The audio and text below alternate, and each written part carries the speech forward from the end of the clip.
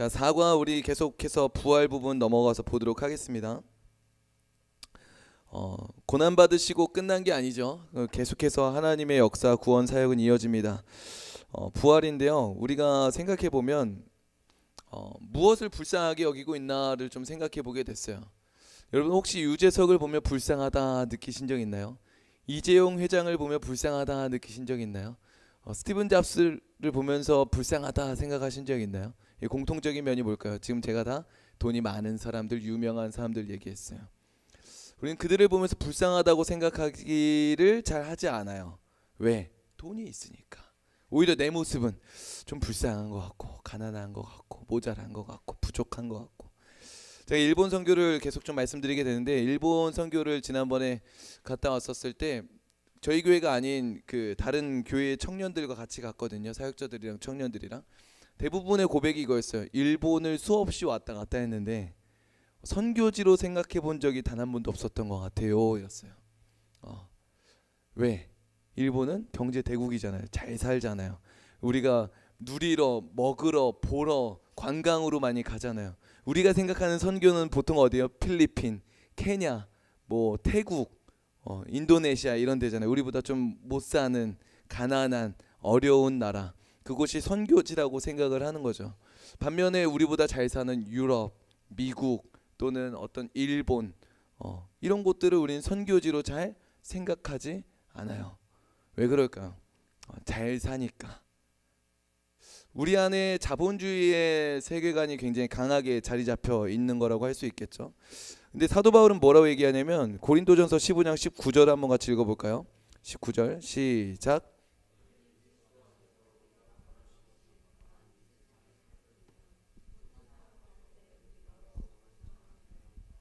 네. 성경은 1차적으로 예수 그리스도를 모르는 것을 불쌍하다고 얘기합니다. 왜냐? 천국과 지옥은 분명히 있기 때문에 그래요.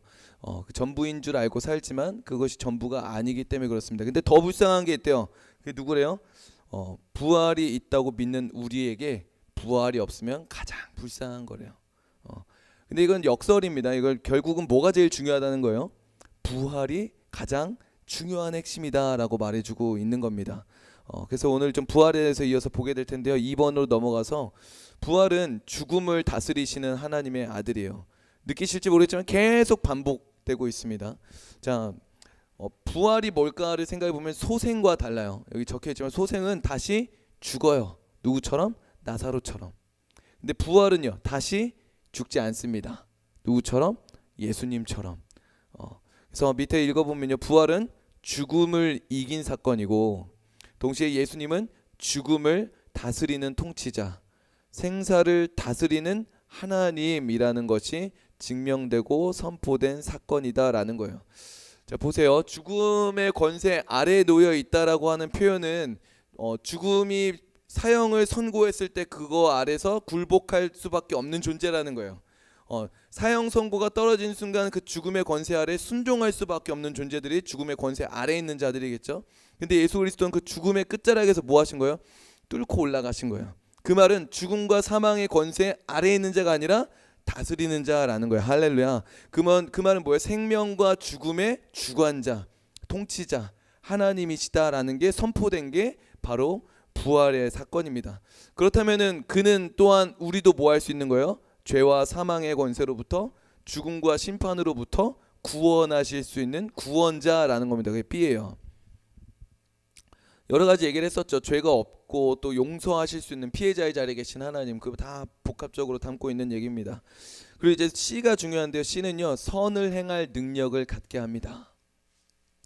이 부활이나 이런 모든 신앙적인 제 고민들과 묵상의 이 포커스들이 결국은 계속 우리의 삶의 자리로 연결되고 있다는 것을 느끼실 거예요. 지금 결국 이 부활을 믿는다는 것도 그냥 내가 죽어서 영생이 있지 정도가 아니라 이 땅에 뭘 만드는 거예요? 선을 행할 능력을 갖추게 하는 거다라는 겁니다. 생각해 보면 선을 행하다 낙심하고 포기한 일들이 있을 거예요. 선을 행하다 낙심한 포기한 일들, 그리고 선으로 시작했으나 우상 숭배나 불순종으로 마무리되는 일들이 우리 삶에 많이 있어요. 그걸 돌아보면 결국은 또 뭐가 반복되냐면 두려움이에요. 이러다 망할까봐, 손해 볼까봐, 계속 고생할까봐, 그리고 죽을까봐. 결국 뭐에 우리가 굴복되어 있는 거냐면 죽음의 권세 아래 놓여 있다는 거예요. 결국 우리의 모든 두려움의 끝자락은 어디 앞에 서냐면 죽음 앞에 서요. 그 죽음 앞에 우리는 불안해지는 거예요. 마치 물고기가 물 밖에 나와요. 그러면은 당장에 죽나요? 당장에 죽지 않아요. 선악과를 먹은 인간이 당장에 죽지 않았던 것처럼. 그러나 죽음의 권세 아래 놓여 있죠. 그 모습은 어떤 거예요? 파닥파닥 거리는 거예요. 살아보겠다고 아둥바둥하는 거예요. 그게 어찌 보면 길어야 80인 우리의 인생의 모습과 같은 거예요. 죽기 싫어서, 죽는 게 두려워서 어떻게든 살아보겠다고. 물에 빠진 사람을 건질 때는 그 사람을 때려서 기절시키고 꺼내야 된다고 하잖아요. 그 말은 내가 살기 위해 다가온 사람 짓밟는 거예요. 왜 우리가 이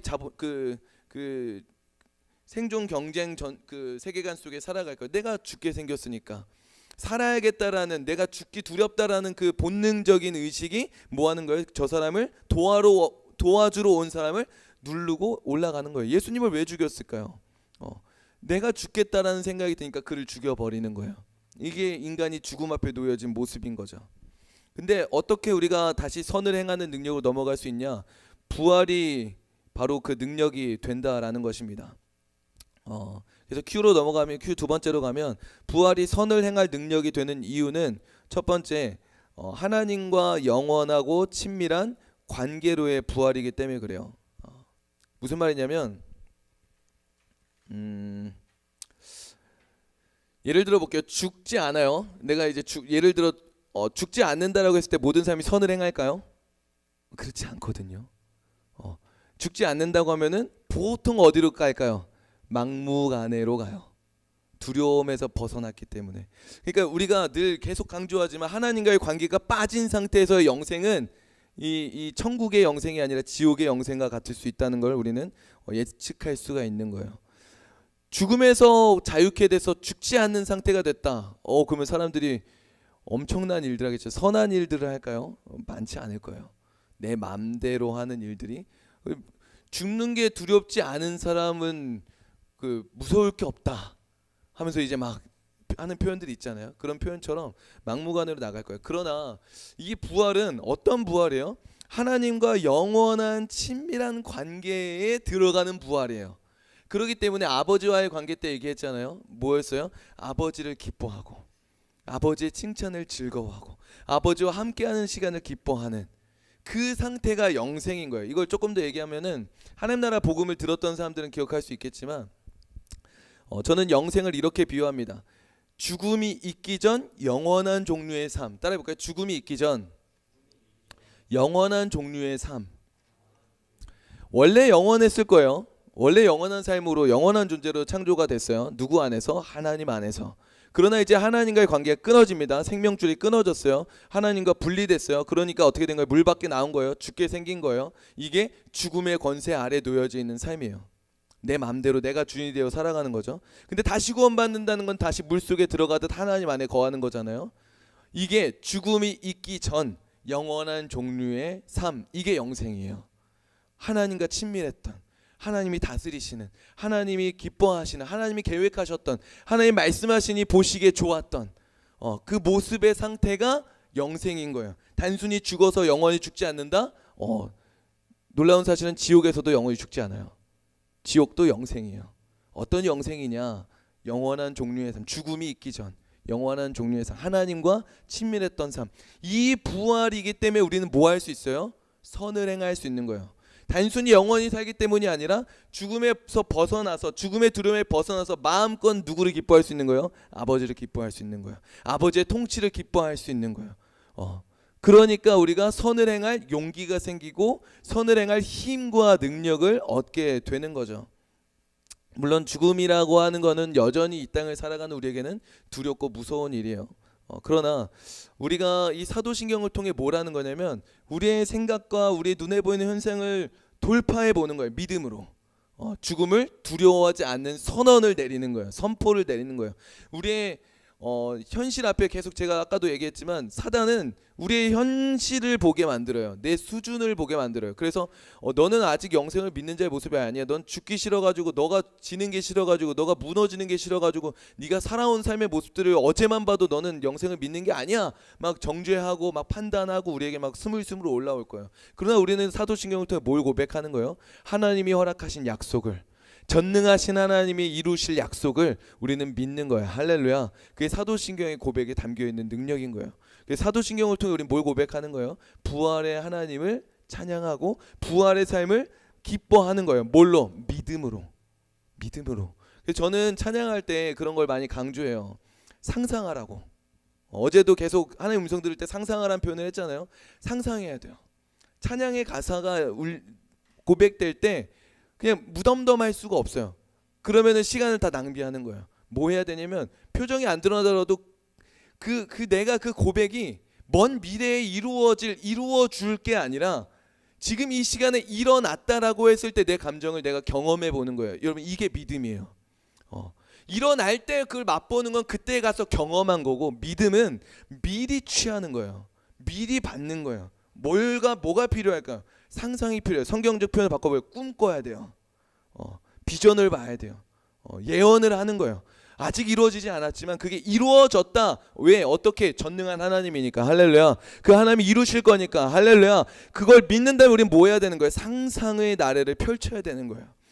하늘에 계신 우리 아버지, 독생자 구주 예수, 나는 믿네. 예수 그리스도를 믿네. 그 믿음의 고백을 할 때 내 모습이 어떤가, 그가 내 주인이 되었을 때 내 모습이 어떤가, 그가 왕으로 나를 다스릴 그 살면 어떤 것인가, 자유케 된 모습 무엇인가 막 꿈꾸셔야 돼요. 그 사람의 찬양의 깊이가 깊어지는 거, 삶의 돌파가 일어나는 거야. 그때 믿음이 작동하기 시작하는 거야. 그걸 하는 자리가 어디냐? 예배예요. 그게 예배예요. 저희 교회는 설교를 하고 찬양을 합니다. 설교를 먼저 들어요. 찬양으로 마음을 열지 않아요. 저희는 설교로 마음을 열어요. 하나님이 어떤 분인지. 하나님 이런 분입니다. 하나님 이런 분이에요. 하나님 이런 분이에요. 우리 하나님 믿을 때 이렇게 할 수 있어요.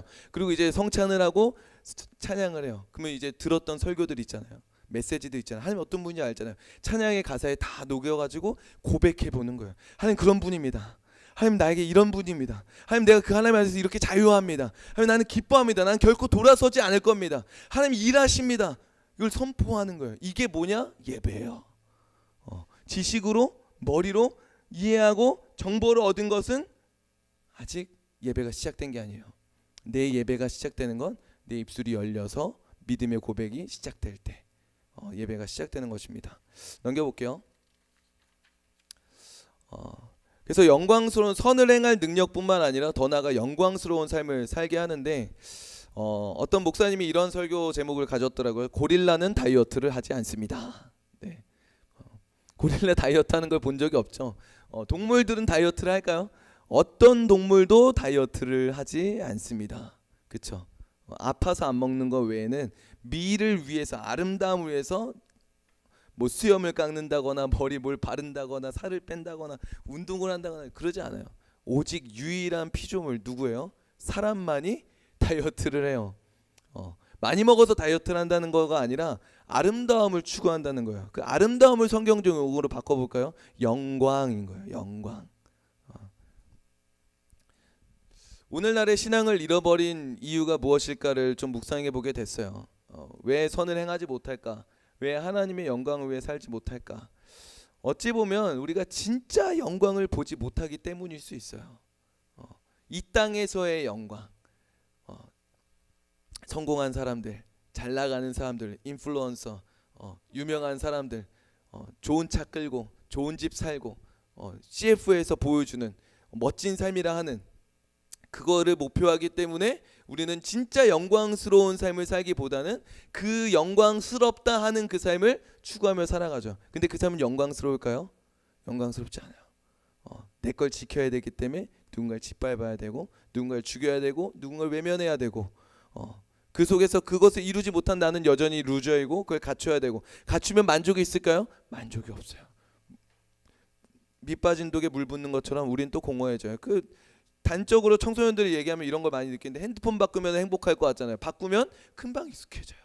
처음에는 내가 아이폰 16 프로 너무 좋아가지고 맨날 만지고 이렇게 생폰 만지다가 나가면 깨질까봐 또 케이스 끼고 나가고 막 꾸미려고 하고, 그러다 나중 가면 그냥 소모품이에요. 깨지기도 하고 떨어뜨리기도 하고. 우리의 모습이 그래요. 우리는 그렇게 이 땅에서 돈을 많이 가지면 행복할 거라고 생각을 하고, 좋은 집에 살면, 좋은 차를 끌고 다니면, 예쁜 사람을 만나면 그러면 행복할 거라고 생각해요. 결혼을 하면 행복할 거라고 생각해요. 자녀를 낳으면 행복할 거라고 생각해요. 아니요, 그게 행복을 주지 않아요. 결국 무뎌져요. 거긴 다 마르는 생물이에요. 목마른 생물이에요. 결국 다시 목말라져요. 영원히 목마르지 않는 생수는 누구예요? 예수 그리스도예요. 그것을 믿으시길 주님으로 축복합니다.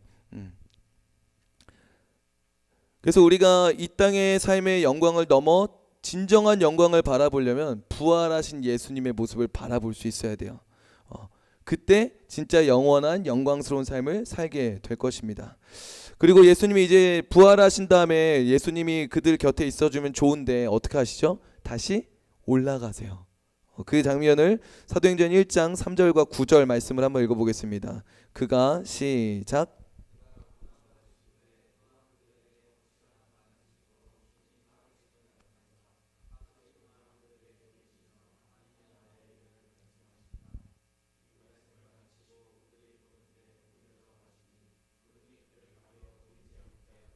아멘. 설명이 아까 좀 부족했던 것 같은데, 결국은 아까 다이어트 얘기하면서 영광을 얘기했던 게, 진짜 영광스러운 게 우리는 그리스도인으로서 알잖아요. 뭐가 영광스러운지를 보잖아요. 근데 결국은 죽음의 두려움 앞에서 영광스러운 삶을 포기하게 된다라는 거예요. 우리가 다시 그 영광스러운 삶을 위해서 헌신하며 순종하며 그 영광스러운 삶을 살아가려면 뭐가 필요하다는 거예요? 부활하신 예수님을 믿고 나도 부활할 것을 믿을 때 진짜 영광스러운 삶을 위해 내 삶을 드릴 수 있다라는 것을 말씀드린 거였고요. 그리고 이제 승천하신 게 나오죠. 승천은요, 하늘로 올라가시다라는 거예요. 승천, 올라갔다 하늘로. 그렇죠? 근데 여기 말하는 하늘은 물리적인 하늘이 아닙니다. 하나님의 보좌를 상징해요. 그래서 마태복음에 보면은 천국이라고 번역되어 있는데요. 하늘 왕국이란 뜻입니다. Kingdom of Heaven이에요. Kingdom of Sky가 아니에요. 그래서 마태복음에서는 하나님, 유대인들을 대상으로 썼거든요. 그러니까 하나님이라는 표현을 쉽게 쓰지 않아요. 그래서 하나님의 보좌를 그때 당시 상징하던 하늘의 표현으로 하나님 나라라는 표현보다는 하늘 왕국이라는 표현을 썼어요. 그러니까 여기서 말하는 하늘도 물리적으로 뭐 성층권을 지나서 뭐 어디 올라가면 있다, 뭐 비행기 타, 이런 얘기가 당연히 아니라 하나님의 보좌로 돌아가셨다라는 것을 의미하는 거예요. 그래서 원래 하나님의 권능을 회복하셨다라고 볼 수 있는 거죠. 2번으로 넘어가면, 그럼 예수님 어디 계실까요? 라고 하면 우린 보통 이렇게 얘기해요. 내 안에 계셔요. 맞아요, 틀려요? 맞아요. 왜? 삼위일체 하나님이니까. 그러나 성부, 성자, 성령 하나님을 분리해서 생각해 본다면, 성자 예수님은 지금 어디 계세요? 하늘 보좌 우편에 앉아 계시다가 저리로서 산자와 죽은 자를 심판하러 그때 오실 거예요. 그럼 지금 우리 안에는 그리스도의 영이신 성령께서 계신 거죠. 그러면 예수님은 왜 부활하시고 승천하셨을까? 요한복음 14장 16절에서 18절 노래 한번 같이 읽어볼까요? 그러나 시작.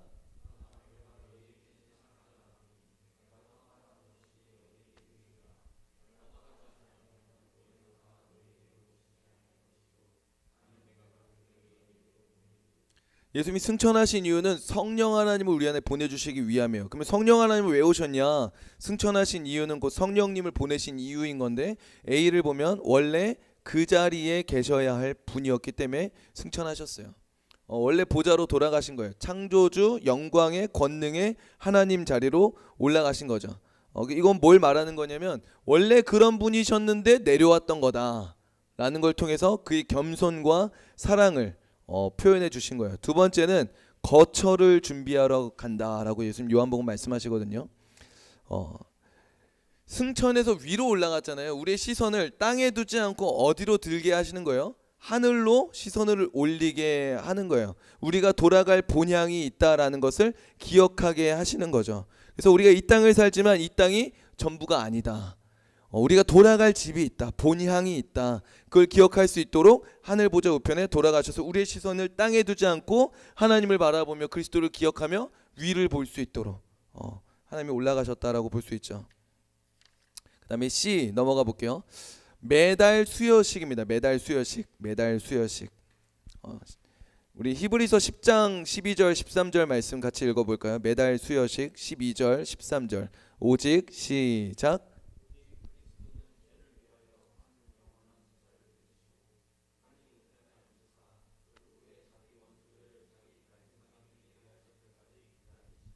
아멘. 여기 보면은 오직 그리스도는 죄를 위하여 한 영원한 제사를 드리시고 십자가에 죽으신 거죠. 그 부활하셔서 우편에 앉으셨대요. 그 후에 뭐 하신대요? 원수들을 발등상이 되게 하실 때까지 기다리신대요. 여기 발등상이라고 하는 말은 발 받침대, 발판이라는 뜻을 가지고 있어요. 그리고 여호수아 10장 제가 참고구절 적어놨지만 고대 근동에서의 전쟁을 하게 되면 전쟁에 승리한 왕이 패전국 왕의 머리를 밟는 행위를 합니다. 이거 완전한 제압과 승리를 상징하는 행동이에요. 그걸 지금 말하고 있는 거예요. 원수의 머리를 짓밟는 거예요. 발등상이 되게 한다. 발판이 되게 한다. 그의 머리를 짓밟는다. 완전한 승리와 제압을 의미하는 거예요. 자, 그러면은 우편에 앉으셨다라는 거는 뭘 한 거냐면 첫 번째는 사단의 머리를 짓밟으신 거예요. 완전한 제압과 승리를 이루신 거죠. 근데 D로 넘어가 볼게요. D. 기다리시고 중보하신다. 기다리시고 중보하십니다. 네, 환영합니다. 기다리시고 중보하신다. 네, 46페이지 천천히 펴서 보시면 됩니다. 기다리시고 중보하신다. 여기 보면은 자기 발등상이 되게 하실 때까지 기다리신다고 했죠. 또 시편 110편 1절도 읽어볼까요? 여호와께서 시작.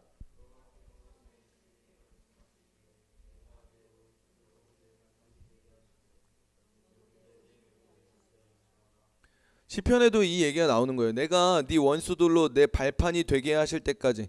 여기 여호와께서 내 주에게, 이거 내라고 하는 건 다윗이 얘기하는 걸 거고요. 내 주에게 말씀하신다는 건 지금 여호와는 성부 하나님, 주는 놀랍게도 아직 오시지 않았지만 오실 메시아 그리스도를 향한 신앙이 고백되고 있는 거예요. 내 주께 말씀하시기를, 성부가 성자에게 말씀하시기를, 내가 네 원수들로 너의 발판이 되게 하기까지 너는 내 오른쪽에 앉아 있으라.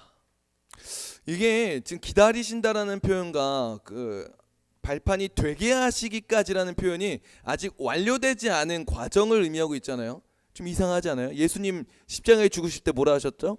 다 이루었도다. 예수님은 지금 밟았을까요? 안 밟았을까요? 사단의 머리를 밟은 걸까요? 안 밟은 걸까요? 완전한 제압을 하신 걸까요? 아직 하고 계신 걸까요? 아직 안 하셨을까요? 이게 참 애매한 거죠. 일단 우리가 먼저 알아야 될 건 뭐냐면 다 이루셨다 했잖아요. 밟았습니다. 할렐루야. 이기신 거예요. 넉넉히 그래도 너희도 이길 거라고 얘기를 해요. 그럼 기다린다는 건 뭐냐? 기다린다라는 히브리어의 단어, 이 히브리서에 나온 이 헬라어 단어는 기대하다라는 뜻도 가지고 있거든요. 뭘 기대하는 거냐? 자, 예수님이 이 땅에 오셔서 죽으시고 부활하시고 승천하시기 전에 하나님 나라에 대해서 가르치세요. 그걸 믿는 자들에게 성령을 보내세요. 그들로 하여금 뭐가 되게 하셨어요? 교회가 되게 하셨어요. 이따 교회에 대해서 또 보겠지만 교회는 뭐예요? 예수 그리스도의 몸이에요. 조금씩 상상이 되시나요? 예수님의 몸이 이 땅에 남아있어요. 예수님은 사단의 머리를 짓밟았습니다. 아멘이십니까? 완전한 제압과 승리를 이루신 거예요. 믿으세요? 아멘. 근데 남아있는 예수님의 몸이 있는 거예요. 이해가 되세요? 승천은 매달 수여식이라고 했어요. 근데 기다리신대요. 뭘 기다릴까? 그의 몸된 교회가 이 머리 대신 예수님과 함께 사단의 머리를 짓밟을 때까지 승리하는 것을, 넉넉히 이기는 것을 이루실, 맛보게 할 때까지 기다리고 계신다는 거예요. 이해가 되세요? 그러니 바울이 이 얘기를 하는 거예요. 너희는 넉넉히 이길 수 있어. 그러니까 뭐 하라는 거예요? 이겼다가 아니에요. 이기라는 거예요. 집 밟으라는 거예요. 그가 집 밟았어. 너희는 그의 몸이야. 너희는 그와 같이 집 밟으면 돼 라고 말해주고 있는 거예요. 예수님 뭘 기다리고 계세요? 승천하셔서 뭐 하고 계세요? 우리를 위하여 중보하신대요. 여기 로마서 8장 34절 한번 읽어볼까요? 누가 정죄하리요? 옆에 여가 아니고 요인데 오타네요. 누가 정죄하리요? 시작.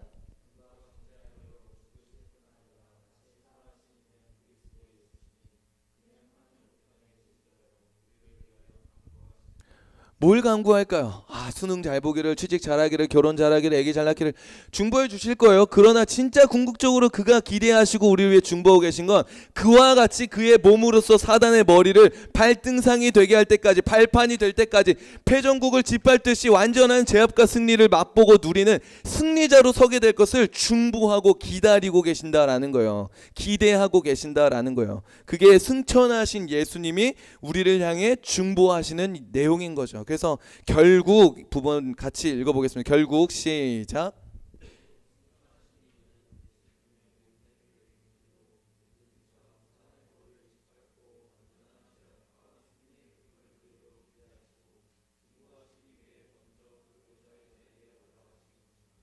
아멘이십니까? 아멘. 자, 그러면 누가 그 짓밟는 삶을 살아갈까요? 누가 사단의 머리를 짓밟는 삶을 살아갈까요? 예수님의 부활을 믿고 승천하신 예수님의 시선으로 바라보는 자입니다. 빈칸들이 있죠. 예수님의 부활을 믿고 승천하신 예수님의 무엇으로? 시선으로 바라보는 자. 여러분, 이게 좀 추상적일 수 있겠지만 저는 이게 굉장히 또한 현실적이라고 생각을 하는데요.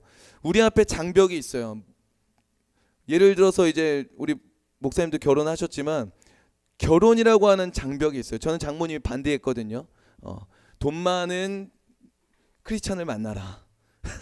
우리 장모님, 제 와이프한테 굳이 목회자를 만나야겠냐. 잘 사는 어느 정도 직장 있고 그래도 먹고 살 만한, 아무튼 그 반대가 있었어요. 그러니까 너무나 이 장벽이 두껍고 커 보이는 거예요. 근데 어떤 형이 그러더라고요. 야, 다 지나가. 걱정하지 마. 다 해결돼. 기도해. 저가 그때 그랬어요. 형, 저도 언젠가 지나서 누군가 물어보면 저도 그때 다 지나고 나서 야, 기도하면 다 지나간다. 그렇게 말할 날이 빨리 왔으면 좋겠어요라고 했거든요. 근데 그 형이 뭐라고 했는지 알아요? 그게 다 지나간다고 얘기할 수 있는 이유는 결혼 이후에 더 큰 벽이 있기 때문이야. 더 큰 산이 기다리고 있기 때문이야. 그러니까 결혼은 아무것도 아니야라고 얘기가 된다라는 거죠. 우리 앞에, 현실 앞에 우리의 삶은 계속해서 더 큰 장벽이 있어요. 제 딸도 자꾸 얘기하는 게 아빠, 나도 어른 돼가지고 내 마음대로 다 하고 싶어 막 이렇게 얘기를 하거든요. 근데 제가 끊임없이 얘기해요.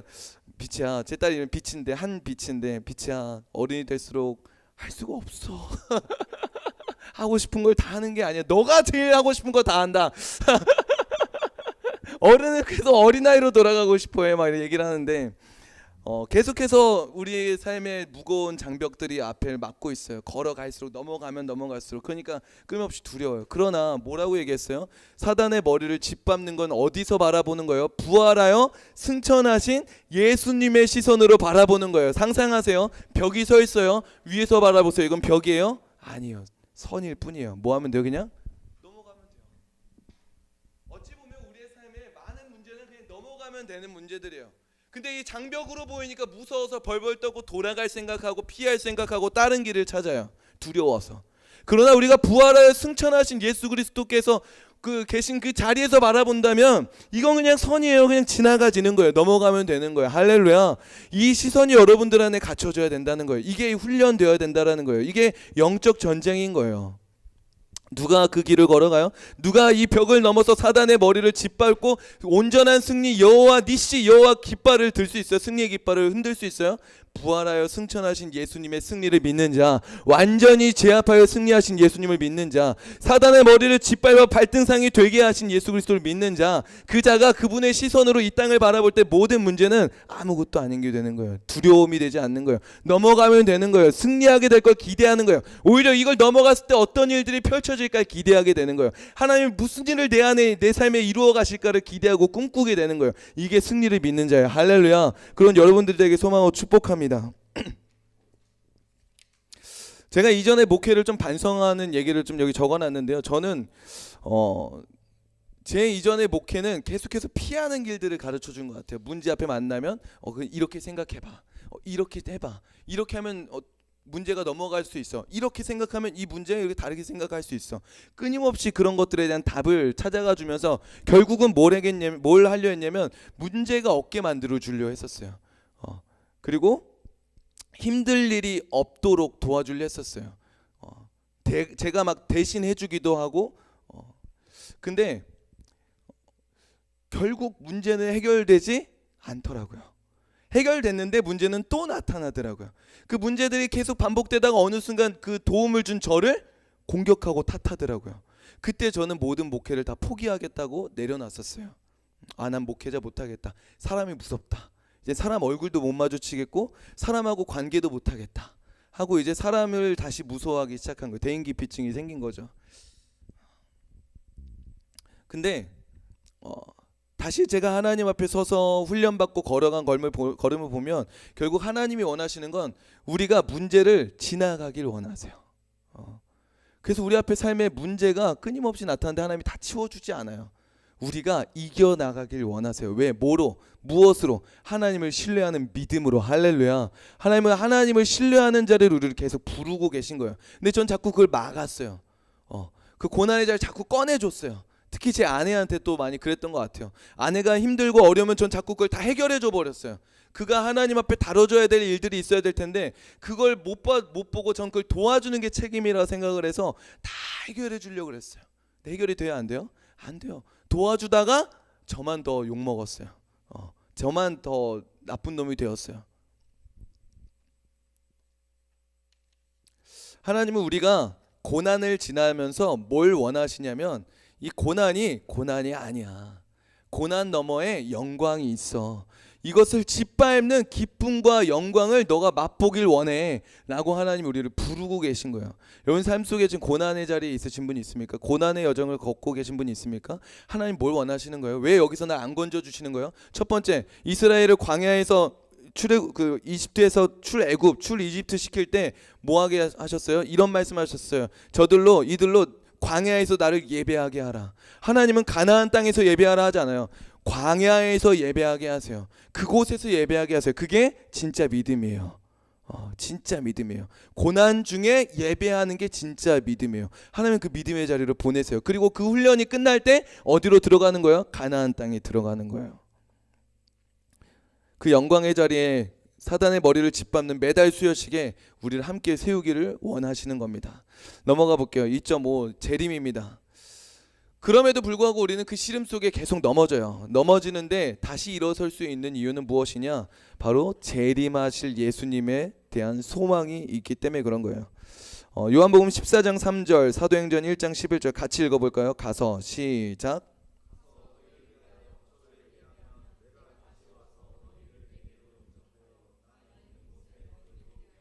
이어서 시작.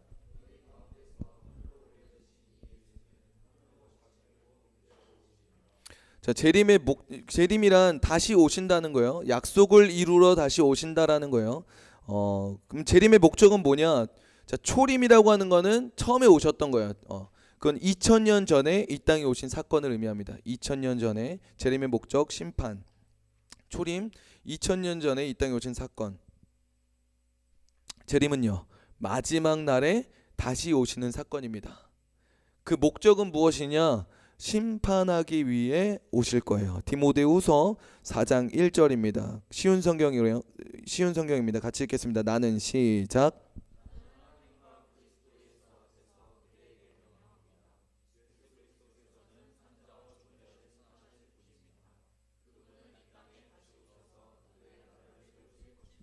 아멘. 산자와 죽은 자를 심판하시고 하나님의 통치에 순종하는 자기 백성들로 하나님 나라를 완성하실 거예요. 심판하실 거예요. 우리는 심판대 앞에 서게 될 겁니다. 그럼 3으로 넘어가면 심판의 대상과 기준인데요. 누가 심판받을까요? 우리는 가끔 이렇게 생각하는 것 같아요. 난 예수를 믿으니까 심판에서 통과됐어. 근데 성경을 보면요. 고린도후서 5장 10절을 같이 한번 읽어볼까요? 고린도후서 5장 10절 시작.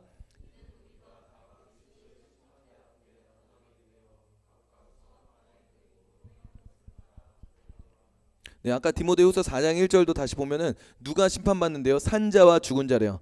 믿지 않는 자들이 심판받는 게 아니에요. 산자와 죽은 자라는 건 더 큰 카테고리에서 얘기하는 거예요. 모든 이들을 포함하는 거예요. 여기엔 신자도 포함되고 불신자도 포함돼요. 우리도 심판 받아요, 안 받아요? 우리도 심판 받아요. 무엇을 기준으로 받아요? 고린도후서 5장 10절에 그 몸으로 행한 것을 따라.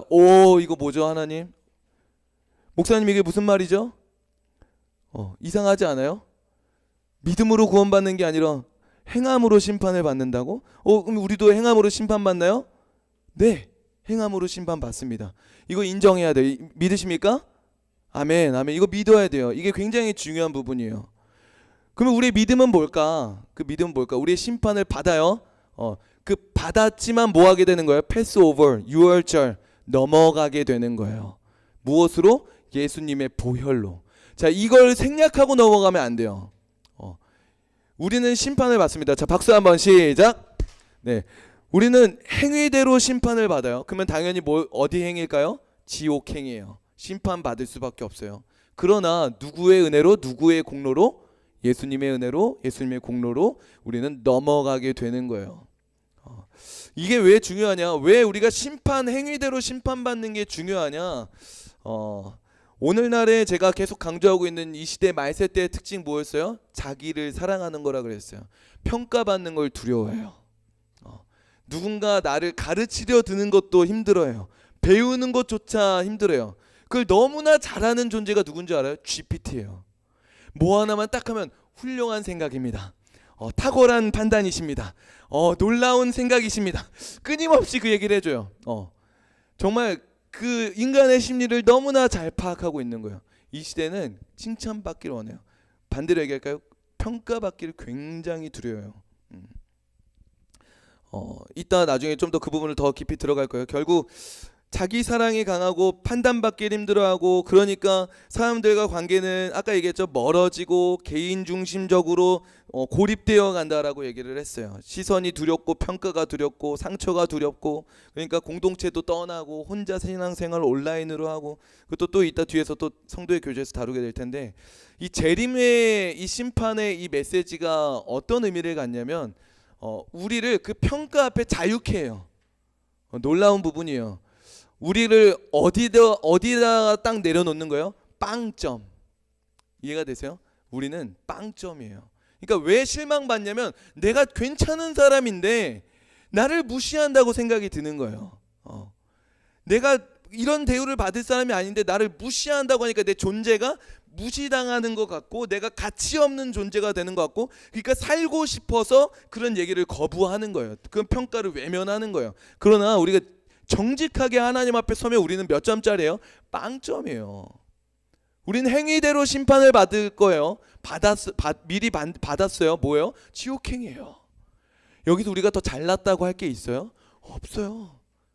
우리 구원받은 자들은 이걸 명심해야 돼요. 우리가 구원받을 만한 모습이 하나도 없다라는 거예요. 그 말은 우리가 잘난 척할 게 아무것도 없다는 거예요. 자랑할 것이 아무것도 없다라는 거예요. 근데 이게 절망이 아니라 이것이 복음인 이유는 그런 우리를 자녀 삼아 주셨기 때문인 거야. 할렐루야. 은혜로 우리가 그 가치를 덧입은 거지 가치를 가진 게 아닌 거예요. 근데 여기서 끝나는 게 아니라 우리로 하여금 평가로부터 자유케 하는 거예요. 내가 빵점짜리인 걸 알면은 누가 나보고 70점이면 그래도 괜찮게 봤네. 그래 70점으로 봐줬네. 고마워. 나머지 30점 잘못된 거 내가 고칠게. 이해가 되세요? 누군가 나를 평가하고 누군가 나에게 조언했을 때 그 사람에게 야 넌 똑바로 해? 야 너도 똑바로 못하잖아. 너나 잘해라고 하는 것이 아니라 그래? 고마워. 알려줘서 고마워. 내가 그 부분은 고치도록 노력할게. 이러한 겸손함과 넉넉함들이 만들어질 수가 있는 거예요. 이게 어디서 많이 다뤄지냐? 연인 사이에서 많이 다뤄져요. 연인 사이에서 자꾸 지적하고 가르치려 하는 것들에 대해서 내가 존중받아야 될 사랑받을 대상에게 뭔가 그런 걸 받으면 내 자존감이 무너지는 거예요. 물론 사랑하는 사람끼리 존중해 주는 게 굉장히 중요해요. 그러나 인간은 100% 그렇게 해줄 수 없어요. 결국은 부딪히는 일들이 있단 말이에요. 그러면은 너는 말을 그렇게 하지 마로 고치는 게 아니라, 상대를 바꾸는 게 아니라 그 앞에 하나님 앞에 내가 어떤 존재인지를 다시 점검하는 계기로 삼아야 되는 거예요. 그리고 어디로 내려가야 돼요? 빵점의 자리에 서는 거예요. 그리고 다시 은혜를 덧입는 거예요. 그리고 그 사람의 평가 앞에 감사할 수 있고 고마워하고 함께 성장해가는 자리로 나아가야 된다라는 것이죠. 이게 재림의 심판을 받는 성도의 삶의 가치이고 유익인 거예요. 우리가 이 빵점인 걸 알게 될 때 나를 평가하고 비난하는 사람까지 뭐 할 수 있어요? 사랑할 수 있어요. 원수까지 사랑하는 삶의 버튼을 시작할 수가 있다라는 거예요. 그 힘이 여기서 시작된다는 거죠. 넘어가 볼게요. 이제 결론입니다. 예수님의 사역이 말해주고 있는 것은 결국 한 가지입니다. 하나님과 단절된 하나님과 우리의 관계를 회복하는 것입니다. 이것이 구원이고 이를 위해 예수님이 이 모든 사역을 감당하신 것입니다. 그리고 이 소식이 바로 복음입니다. 그래서부터 여러분 읽어볼까요? 그래서 시작.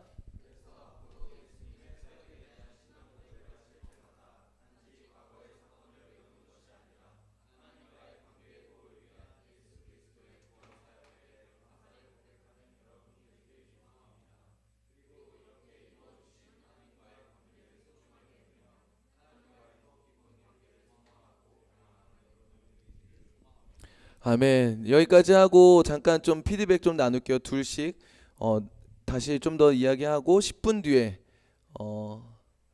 지금이 15분 그러면은 네, 좀 넉넉하게 30분까지 쉬겠습니다. 30분까지 좀 쉬면서 충분히 나누시기 바래요. 네. 자, 이제 성령 하나님에 대한 고백으로 넘어가도록 하겠습니다. 제가 그 시작할 때 그런 얘기를 했어요. 성령 하나님 그리고 거룩한 교회, 성도의 교제, 그리고 죄를 용서받는 것, 몸의 부활, 영생 따로따로가 아니다라고 했어요. 크레도 한 다음에 병렬 구조로 성령, 거룩한 공교회, 그리고 죄 용서, 성도의 교제, 몸의 부활과 영생 이게 한 번에 나열된다고 했어요. 그렇기 때문에 이건 다 누구에 대한 신앙 고백이다? 성령 하나님에 대한 신앙 고백이다. 그래가지고 어떤 그 목사님 성함이 기억 안 나는데 책에서 이렇게 얘기를 했어요. 성령을 믿사오며 라는 번역을 성령님을 믿사오니로 번역하면 어떻겠냐라는 제안을 했어요. 물론 적용되진 않죠. 개인의 견해니까. 근데 이제 의미는 있는 것 같아요. 성령님을 믿사오니 여기 님자를 붙인 거는 이따 또 얘기하겠지만 성령님을 좀 성령 받아라 뭐 찬양 있잖아요. 성령 받아라 성령 받아라 이렇게 하니까 뭔가 에너지처럼 기운처럼 뭐 이렇게 느끼는 거예요. 성령 충만 막 이럴 때만 쓰고 막 그렇게 하잖아요. 뭐 초사연 되는 것처럼. 근데 그런 게 아니라 하나님이라는 표현을 담게 님자를 붙였고 미사오니라고 하는 게 뭐냐, 미사오며 하면 끊고 그 다음 나열인 것 같지만 미사오니라고 하면은 성령님의 사역으로 이어지는 뉘앙스가 더 잘 담기기 때문에 번역을 이렇게 바꿔보면 좋겠다라는 제안이었는데 저는 동의가 많이 됐습니다. 성령님을 미사오니. 근데 성령을 미사오며라고 고백하죠. 네, 의미만 기억하시면 될 것 같고요. 성령님은 그럼 누구신가? 2.1 적어보겠습니다. 삼위일체 하나님입니다. 삼위일체 하나님. 성령님이 하나님으로 나타나는 장면을 제가 가져왔는데요. 사도행전 5장 3절과 4절을 여러분 한 목소리로 함께 읽어보도록 하겠습니다. 베드로가 시작.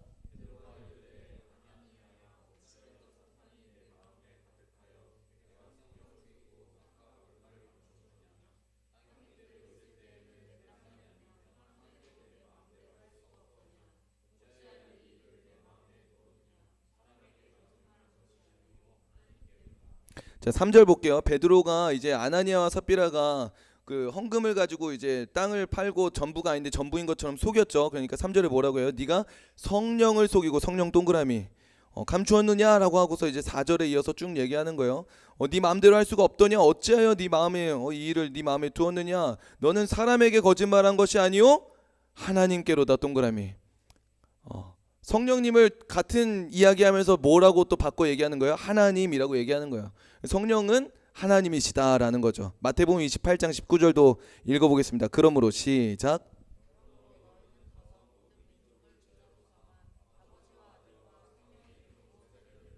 자, 아버지와 아들과 성령 있죠. 이게 성부, 성자, 성령인데요. 이름 동그라미하고 밑에 적어보겠습니다. 단수. 이름들이 아니에요. 성부와 성자와 성령의 이름으로라고 하는 단수를 쓰고 있어요. 이 말은 삼위일체 하나님을 담고 있는 표현이라고 볼 수가 있습니다. 그래서 성령님은 하나님이세요. 우리가 함부로 할 수 있는, 함부로 부르고 내쫓고 뭐 마음대로 뭐 이렇게 가져오고 보내고 할 수 있는 분이 아니라는 겁니다. 삼위일체 하나님이라는 거예요.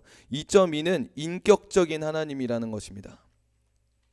인격적이다라고 하는 거는 지정의를 가지고 있다는 거예요. 지식과 감정과 의지를 가진 존재다라는 거죠. 사실은 하나님은 인격적인 분이 아니라 신격이겠죠. 그러나 우리에게 그의 격을 나눠주신 거예요. 품격을 나눠준 거예요. 그 흔적이 지정의죠. 원래 이 지정의는 하나님 거예요. 그걸 우리가 닮은 거죠. 근데 성령님도 그 지정의를 갖고 있는 분이라는 거예요. 로마서 8장 27절 읽어보겠습니다. 마음을 시작. 성령도 생각하시는 분이라는 거예요. 그리고 에베소서 4장 30절 하나님의 시작. 성령은 근심하시는 분이라는 거예요. 감정을 갖고 계세요. 고린도전서 12장 11절 이 모든 일은 시작. 성령은 행하시는 의지를 가지신 분이라는 거예요. 성령 하나님은 인격적인 하나님, 지정의를 가진 인격적인 하나님입니다. 에너지나 기운이나 능력 같은 게 아니라는 거예요. 이러한 인격적인 하나님을 영접하여 여러분들 마음의 중심에 모시기를 소망하고 축복합니다. 성령님 여러분 안에 계십니까? 아멘, 아멘. 성령님이 여러분 안에 계신 것을 믿으시기를 축복합니다. 아멘, 아멘. 이걸 믿으셔야 돼요. 왜 순종이 어렵고 특별히 중독을 끊기 어려운가? 우리는 많이 생각을 하죠. 쇼핑 중독, 웹툰 중독, OTT 드라마 중독, SNS 중독, 음란물 중독, 특별히 청년 시대 때 음란물 중독 같은 것들, 또 웹툰 중독도 참 요즘 많은 것 같아요. OTT나 SNS는 말할 것도 없고요. 애당초 지고 시작하는 것 중에 하나가 뭐냐면 음란입니다. 음란은 못 이겨. 인간의 기본 욕구야. 그건 어쩔 수 없어 라고 우리가 지고 시작을 해요. 어려운 일인 거 맞아요. 저 결혼 전에 계속 넘어졌고요. 계속 힘들었고요. 네, 뭐 하나 얘기해 드릴까요? 결혼하고 나면 해결될 것 같죠? 제가 보니까 진짜 문제는 어딘 줄 알아요?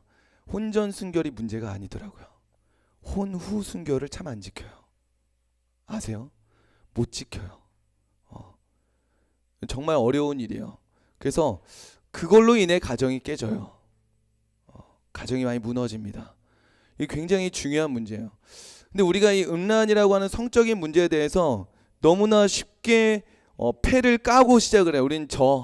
우린 못 이겨. 사단한테 승리를 선언해주고 우린 패배하며 종처럼 끌려가기를 결단하고 살아가는 것처럼 저는 그랬던 것 같아요.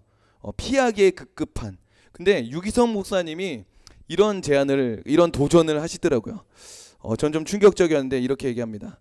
여러분, 음란은 유혹이 강한 게 아니에요. 믿음이 부족한 거예요.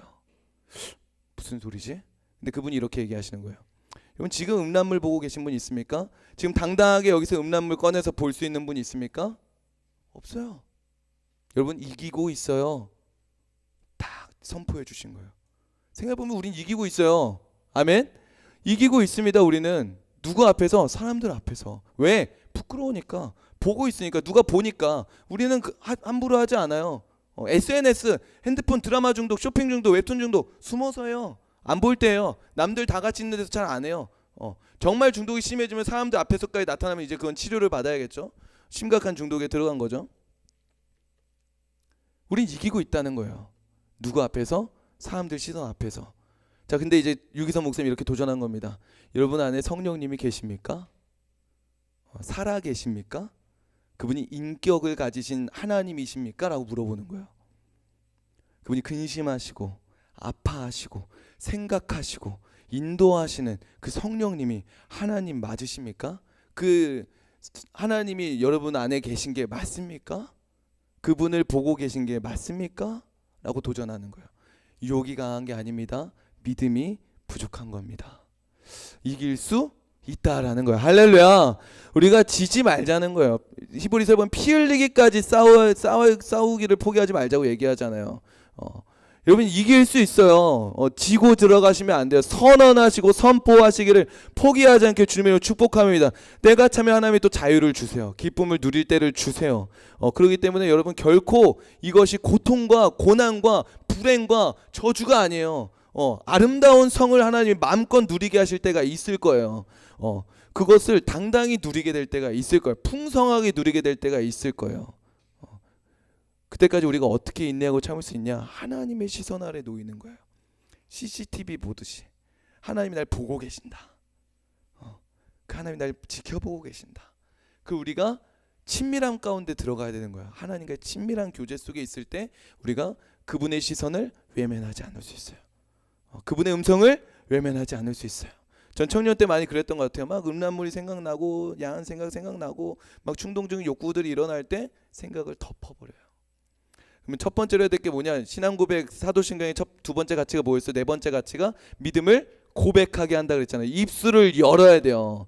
음란의 영아 떠나갈지어다. 할렐루야. 그렇게 외치면 내 영이 듣고 그리고 악한 영이 듣고 주님이 들으세요. 영적 세계의 선포가 되는 거예요. 말에는 권세가 있고 힘이 있어요. 그러면 그 권세를 갖고 힘이 작동하게 되는 거예요. 그러면 떠나가요. 정말이에요. 떠나가요. 근데 뭘 제가 겪었냐면 입을 안 열더라라는 거예요. 왜? 보고 싶으니까, 하고 싶으니까 입을 잠궈요. 첫 번째는 어디서 시작돼야 되냐? 마음에 지지 않는, 이길 수 있다라는 믿음. 아멘. 두 번째는 입술을 열고 선포해야 되는 거예요. 성령께서 내 안에 역사하실 것을 믿고 영적 세계를 믿고 그분이 의지를 가지신 분임을 믿고 그분께 맡기는 거예요. 하나님 도와주세요. 건져주세요. 구해주세요. 떠나가게 해주세요. 이기게 해주세요. 입술을 열고 또 악한 영에 선포하는 거예요. 떠나갈지어다. 음란의 영아 떠나갈지어다. 분노의 영아 떠나갈지어다. 중독의 영아 떠나갈지어다. 외치시는 거예요. 정말로 경험하시길 주님의 축복합니다. 해보세요. 해보면 알아요. 그리고 경험할 거예요. 입을 열기가 참 어렵구나. 내가 참으로 죄를 사랑하고 있구나. 하나님께 순종하는 것보다 죄를 더 내가 즐거워하고 있구나를 마주하게 될 거예요. 거기부터 시작하는 거예요. 입술을 열기 시작하는 거예요. 누가 그 일을 할 수 있어요? 내 안에 계신 성령님을 믿을 때, 그분이 인격적인 하나님이라는 것을 믿을 때 돌파할 수 있는 은혜가 일어나게 되는 것입니다. 할렐루야. 2.3입니다. 보혜사 하나님이요. 보혜사 하나님. 요한복음 14장 16절의 말씀 함께 읽도록 하겠습니다. 내가 시작.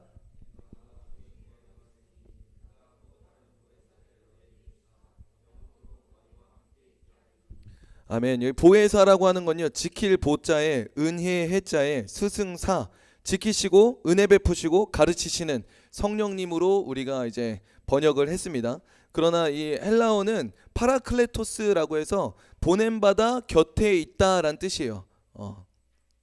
그래서 우리 곁에 머무르시는 분이라고 할 수 있고, 그 성령님의 사역들을 보면 보혜사의 역할을 하세요. 은혜를 베푸시고 보호하시고 인도하시죠. 진리 가운데로 인도하시고 지키시고 은혜를 베푸세요. 그러나가 아니라 근데 여기 또 다른 보혜사라고 되어 있잖아요. 첫 번째 보혜사가 있어요. 누굴까요? 예수님이에요. 또 다른 보혜사로 예수님이 승천하시며 오시는 분이 성령님이신 거죠. 그래서 성령님은 어떤 분이냐? 우리와 함께 계시는 분이다라는 겁니다. 그래서 그 함께 하시는 분을 우리가 기억할 때 앞서 얘기했던 중독과 불순종과 이런 것들을 이길 수 있는 능력을 경험하게 될 거다라고 말씀드렸습니다. 넘겨보겠습니다. 자, 이제 성령님의 핵심 사역이에요. 성령님은 그 우리 안에서 무슨 일을 하시냐? 제가 이걸 한 6가지 정도로 제가 설교를 한 3주에 걸쳐서 했었던 것 같은데 하나에서 2개 정도로까지 확대할 수 있을 것 같은데 대표적으로 하나를 가져왔어요. 그게 뭐냐면 거듭나게 하신다입니다. 거듭나게 하신다. 요한복음 3장 3절 말씀 같이 읽어보도록 하겠습니다. 거듭나게 하신다. 예수께서 시작.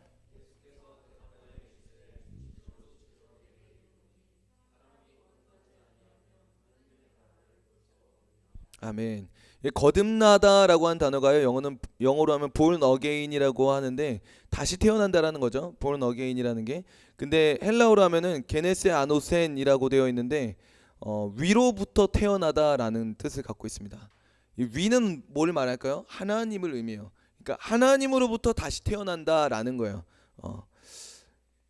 그러니까 다시 태어난다, 이거는 뭐의 변화냐면 정체성의 변화인 거예요. 가로 1번에 되어 있죠. 정체성의 변화. 거듭남을 정체성으로 설명한다면 이렇게 설명할 수 있습니다. 이전에는 마귀의 자녀였던 우리가 이제는 예수 그리스도의 사역으로 인해 하나님의 자녀로 다시 태어나게 되는 것, 그 정체성의 변화를 말한다입니다. 거듭나게 하시는 일은 누가 하실까? 그 정체성은 누가 변화시킬까? 요한복음 3장 5절과 8절인데 3, 5로 적혀 있네요. 네, 5절과 8절 적혀 있는 거 읽어보겠습니다. 예수께서 시작.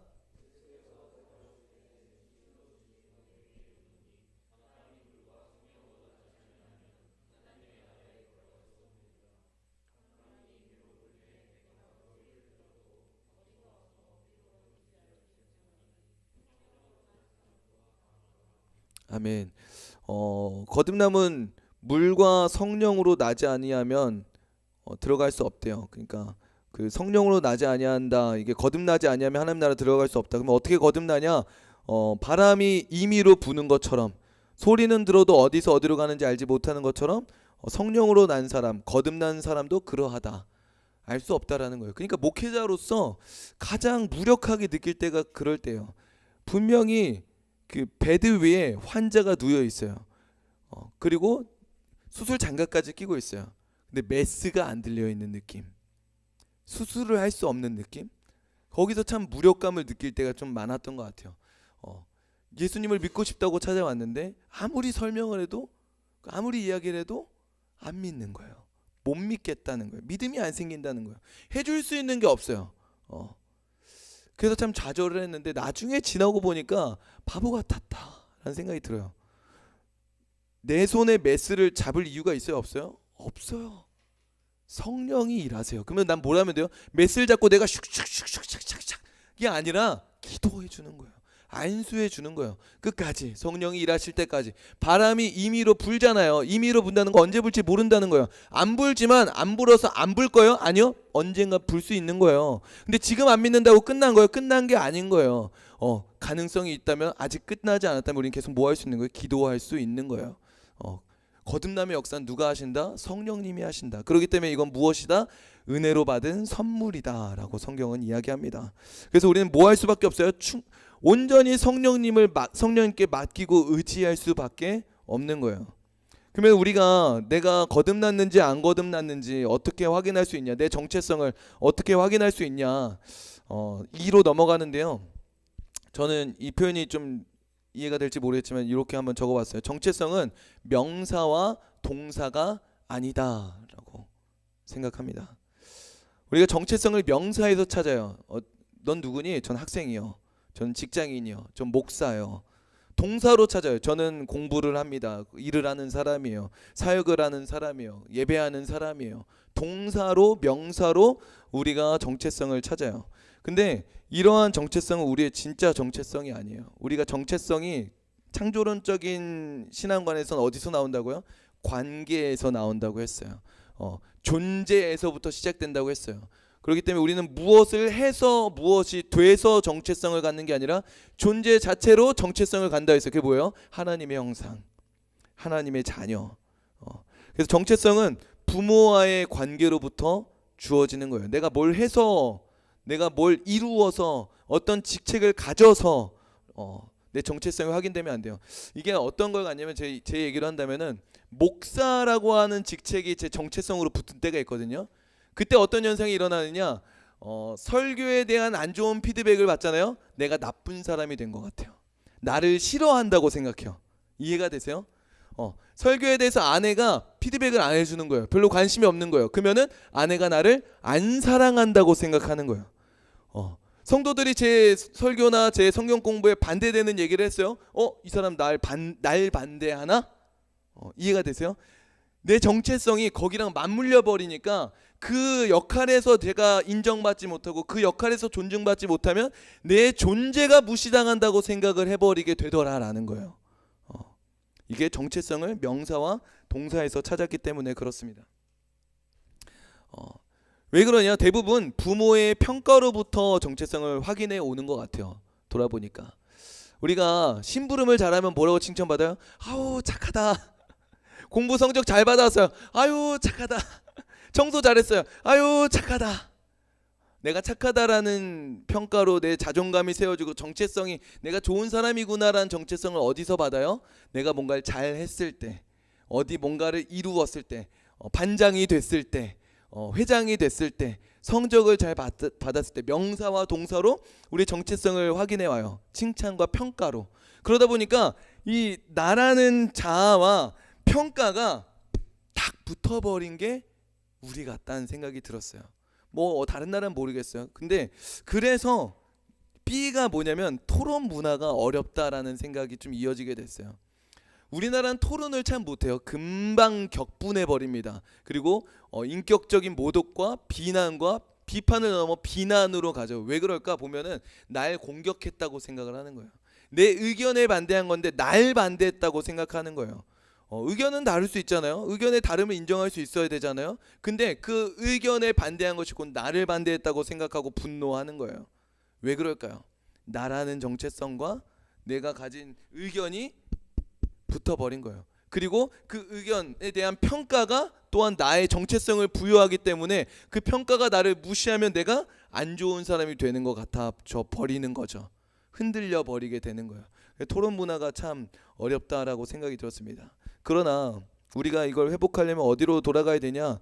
정체성은 부모와의 관계로부터 주어진 선물이다라는 것을 다시 우리가 좀 회복해야 돼요. 평가로 주어진다. 우린 몇 점이다? 네, 아까 자꾸 목사님 빵점이에요. 뭐 자꾸 여기 남의 평가를 내렸는데 제가 자기가 빵점인 걸 해야 돼요. 네, 우리의 평가대로 우리가 평가를 한다면 우리는 죄인이죠. 빵점입니다. 그러나 관계 속에서 우리가 정체성을 확인한다면 우리는 자녀예요. 존귀한 하나님의 자녀입니다. 그래서 뭐예요?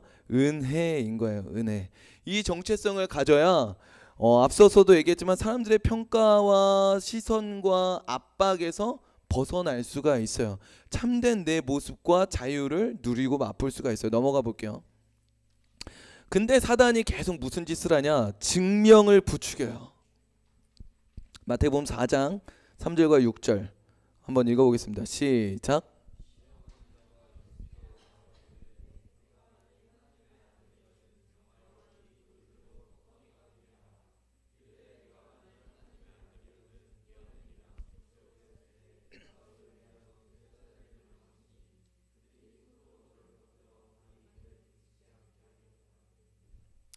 자, 보면은 사단이 이제 예수님이 광야에서 시험 받으실 때 40일 금식하고 계실 때 사단이 와서 시험하는 거예요. 공통적인 표현이 있습니다. 3절 두 번째 줄 보면은 내가 만일 하나님의 아들이거든 밑줄. 6절 첫 번째 줄 보면은 네가 만일 하나님의 아들이거든. 계속 반복되죠. 뭐 하라는 거예요? 증명해 봐. 네가 하나님의 아들이면, 이거 십자가 앞에서도 얘기하죠. 네가 진짜 하나님의 아들이면 네 자신부터 구원해 봐. 사단의 패턴은 동일해요. 증명해봐 라고 얘기를 합니다. 그러나 예수님은 그걸 거절하셨죠. 우리는 근데 이렇게 생각할 수 있어요. 증명해주면 더 잘 믿지 않을까요? 하나님 왜 안 나타나시나요? 당신의 권능을 증명해 보이시면 믿을 것 같은데 믿을까요? 구약 성경을 읽어보세요. 수많은 기적이 일어났지만 믿지 않아요. 또 배고프면 또 의심해요. 왜? 관계가 맺혀진 게 아니거든요. 결국은 또 문제 앞에 서면 우리도 똑같이 하나님 기도 응답해 주시고 내가 문제를 잘 이겨냈구나라고 하면 이제 그 하나님을 신뢰해야 되는데, 오병이어 사건을 통해 5천 명이 먹은 사건을 경험했으면 이제 그 하나님이 어떤 분인지 신뢰해야 되는데 또 떡이 없어서 근심하게 되는 게 우리 모습인 거예요. 이건 어떡하죠, 주님? 그럼 이건 어떻게 해결하죠? 그 문제 앞에 또 서게 되는 거죠. 증명해줘도 믿지 않아요. 또 불만 불평이 이어집니다. 그리고 또 두 번째가 자신을 증명하며 놓치는 게 있어요. 그게 뭐냐면 하나님과의 관계예요. 믿음입니다. 이거를 좀 설명해야 될 것 같은데, 하나님과의 관계는 우리가 뭘 이루어서 얻은 게 아니라고 했잖아요. 은혜예요. 은혜를 믿는 것이죠. 근데 우리가 증명해내는 순간 우리가 이룬 게 돼요. 이게 좀 이해가 되시나요? 은혜는 이유가 우리에게 있지 않아요. 바꿔 얘기하면 증명할 수 있는 게 우리한테 없어야 돼요. 그래야 은혜고, 그래야 주어진 거고, 그래야 선물이에요. 내가 일하면 바울이 얘기하죠. 그것은 선물이 아니라 삭시다. 너가 받은 월급이다 라고 얘기를 하는 거예요.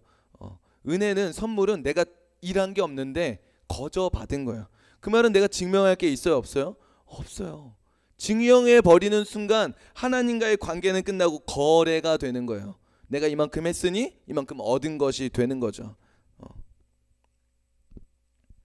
근데 사단은 계속해서 자격을, 증명을 요구해요. 네가 하나님의 자녀라면 이걸 극복해봐, 고난을 없애봐, 문제를 해결해봐 라고 얘기를 합니다. 그래서 우리는 어떻게 빠져드냐? 문제를 해결하려고 해요. 바꿔 얘기할게요. 은혜를 없애려 그래요. 은혜를 보상으로 바꾸려 그래요. 믿음을 없애려 해요. 증명하려고 해요. 그래서 어떻게 돼요? 멸망하게 돼요. 하나님과의 관계가 끊어지게 되는 거예요. 나를 증명하지 않는 방법. 그러면 어떻게 나를 증명하지 않을 수 있냐? 1번 정체성을 믿어야 됩니다. 돌이 떡이 되게 하지 못해도, 천사들이 발을 받쳐주는 것을 보여주지 못해도, 십자가에서 내려오는 걸 보여주지 못해도 내가 하나님의 자녀라는 정체성을 믿으셔야 돼요. 믿으시길 축복합니다. 왜냐? 내 정체성은 내가 얻어서 이루어서 어떠해서 받은 게 아니기 때문에 그래요. 오직 선물로 은혜로 주어진 것을 믿은 것이기 때문에 우리는 그걸 증명할 수 없고 증명하면 안 됩니다. 우리는 믿음으로 선포하는 거예요. 할렐루야. 그리고 두 번째로 증명하지 않기 위해서는 동행하고 인도함을 받아야 합니다. 동행하고 인도함을 받아야 된다.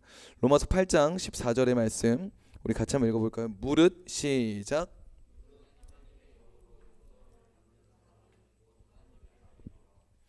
하나님의 인도함을 받는 사람이 하나님의 아들이래요. 이게 무슨 말이냐면 인도함 안 받으면은 하나님의 아들이 아니고 뭔가 내가 어떠한 동사 어떠한 행함으로 하나님의 자녀의 정체성 얻는다 이 얘기가 아니라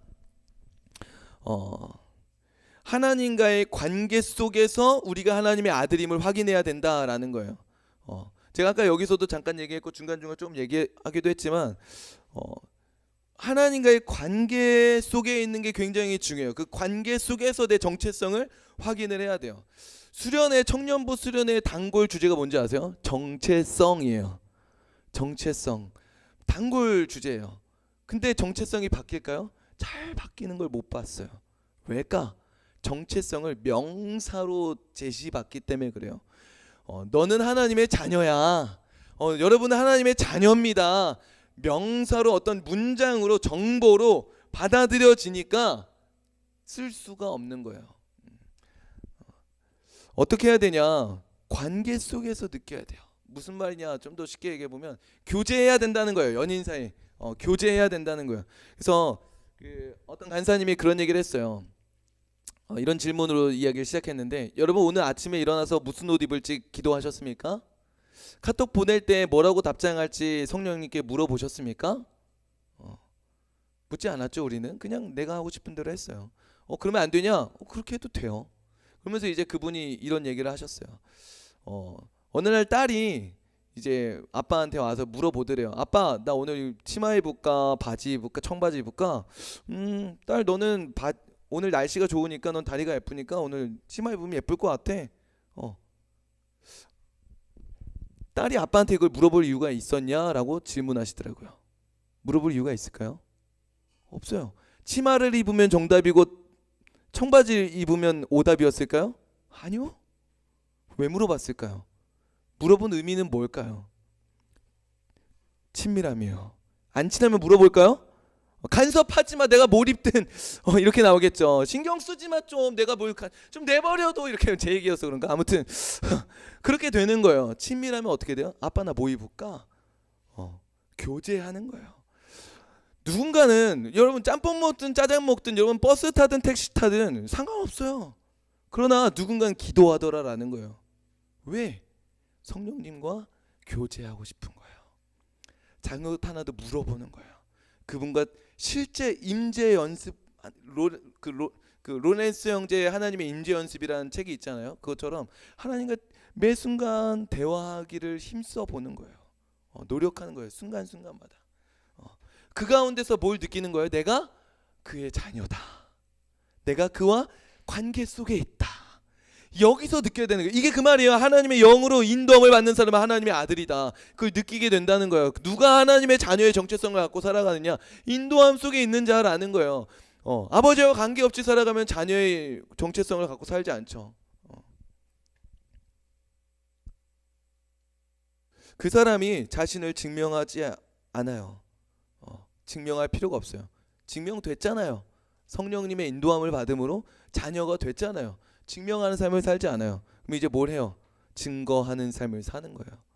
나를 자녀 삼아 주신, 나를 아름답다 하신, 그리고 또 이따 보겠지만 그분의 꿈을 함께 꾸며 그 길을 걸어가는 삶에 동참하게 되는 겁니다. 그렇게 변화된 삶으로 살아가는 거죠. 결국 결론입니다.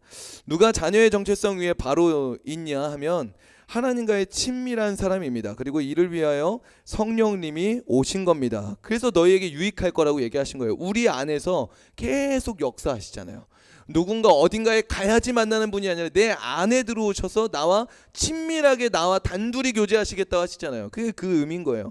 만약 우리가 아무리 하나님의 자녀라는 명찰을 달고 외우고 알고 있어도 아무런 관계가 없으면 아무 소용도 없고 아무것도 다를 경험하지 못한다는 거예요. 변화를 맛보지 못한다는 거예요. 그러나 우리가 우리 안에 계신 성령님과 계속 소통하고 시간을 보내고 대화를 하며 순종의 여정을 걸어간다면 더 친밀해지고 더 단단한 정체성 위에 세워져 가게 될 것입니다. 그리고 그 사람이 나를 증명하는 삶이 아닌 주를 증거하는 삶을 살게 될 것입니다. 그리고 앞으로 함께 읽겠습니다. 시작.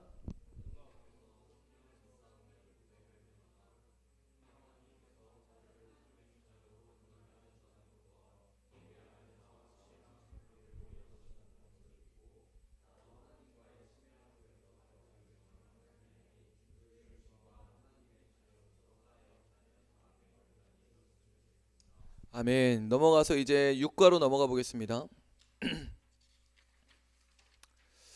자, 성령을 믿사오며 다음에 이어지는 건 거룩한 공예와 성도의 교제와 죄를 용서받는 것과 몸의 부활과 영생을 믿습니다예요. 이것은 사실 누가 이루신 거예요? 예수께서 이루신 거예요. 예수께서 이루신 것인데 이것을 우리에게 적용되게 하시는 건 누구이신 거예요? 성령님이시다라는 겁니다. 그래서 이 부분이 어찌 보면 우리의 실제적인 삶과 좀 더 와닿는 부분이 될 수 있을 것 같아요. 첫 번째는 거룩한 공교회입니다. 여러분 교회를 믿습니까? 미뤄진 썩어진 모습일 수 있어요. 곰팡이 가득하고 흙 묻어있는 가지일 수 있어요. 그러나 붙어 있잖아요. 그러면 뭐예요? 몸인 거예요. 교회인 거예요. 입양됐잖아요. 여전히 거지 옷을 입고 아직 때가 안 빠지고 냄새가 안 빠졌을 수 있어요. 그러나 입양됐잖아요. 그럼 뭐예요? 자녀예요. 우리도 거룩한 하나님의 몸된 연합이 된 거예요. 그럼 믿어야 되는 거예요. 이거 믿음의 고백인 거예요. 물론 점검이 필요하겠지만 그러면 우리가 자녀답지 못한 게 사실인데 그럼에도 우리가 몸인 줄 알 수 있는 건 몸인 줄 아는 방법은 무엇일까? 첫 번째 믿는 건데 더 본질적인 걸로 하나 들어가 본다면 그러니까 단순히 믿는다만으로 보기에는 좀 어려운 측면이 있어요. 그러니까 다 교회라고 볼 수는 없는 좀 예민한 부분이 있다라는 거죠. 뭐로 확인할 수 있냐? 순종과 불순종 말고 더 본질적인 하나가 있어요. 그게 뭐냐면 음성을 듣는가예요. 양은 목자의 음성을 듣는다고 했어요. 자, 팔이 명령을 받아도 못 움직여요. 그러나 명령을 받아야 안 받아요? 받아요. 못 움직이는 이유는 망가져서. 그쵸? 순종했냐 순종하지 않았냐는 결과값이에요. 근데 입력값은 뭐예요? 음성을 들었냐예요. 어떤 음성이요, 목사님? 실제 음성을 듣는 건가요? 네, 실제 음성을 듣는 거예요. 환상을 보는 거예요. 내 마음에 하나님의 뜻이 알려지는 거예요. 또는 성경을 읽는데 나에게 하는 말씀이구나가 느껴지기 시작하는 거예요. 무슨 행동을 하는데 하나님이 기뻐하지 않는다는 마음이 드는 거예요. 어떤 행동을 하는데 하나님이 기뻐하신다는 마음이 드는 거예요. 그게 느껴져야 돼요. 거기에 영을 여셔야 돼요. 어제도 제가 그래서 기도회 때 계속 열라고 했잖아요. 들으려고 애써 보라고 했잖아요. 상상하는 것도 열라고 했었잖아요. 2분인가 3분 손을 들었어요. 열어야 돼요. 어찌 보면은 열려 있는데도 닫아놓고 있을 수 있어요. 누가 그랬냐? 제가 그랬어요. 그렇게 듣는 건 정확하지 않아. 내 생각일 수 있잖아. 사단이 주는 걸 수 있잖아. 막 틀릴까봐 불안했었어요. 그러나 여셔도 돼요. 열어놓는 거예요. 들어야 돼요. 적극적으로 듣고자 애쓰셔야 돼요. 그게 양이에요. 우리는 무엇을 갈망해야 돼요? 하나님의 뜻을, 하나님의 마음을 알고자 갈망하셔야 돼요. 그러면 하나님이 어떤 마음인지를 부어주세요. 그게 어떤 사람의 표정을 통해서든, 그 기도하는데 어떤 바람을 통해서든, 불빛을 통해서든, 아니면 어떤 마음을 통해서든, 어떤 음성을 통해서든, 어떤 환상을 통해서든, 어떤 찬양의 고백을 통해서든 다양한 방법으로 하나님 우리에게 말씀하실 수가 있어요. 모든 걸 통해 그걸 여셔야 돼요. 그 머리의 신호를 받는 자가 뭐예요? 몸이에요. 하나님 마음이 느껴지는 사람. 순종과 불순종은 그 다음. 이걸 뭐라고 하냐? 친밀함이라고 합니다. 친밀함. 넘어가 볼게요. 교회가 거룩한 이유는 거룩하신 예수님의 몸이기 때문입니다. 그리고 두 번째, 목자의 음성을 듣기 때문입니다. 얘기한 거죠. 요한복음 14장 26절 같이 읽어볼까요? 보혜사 시작.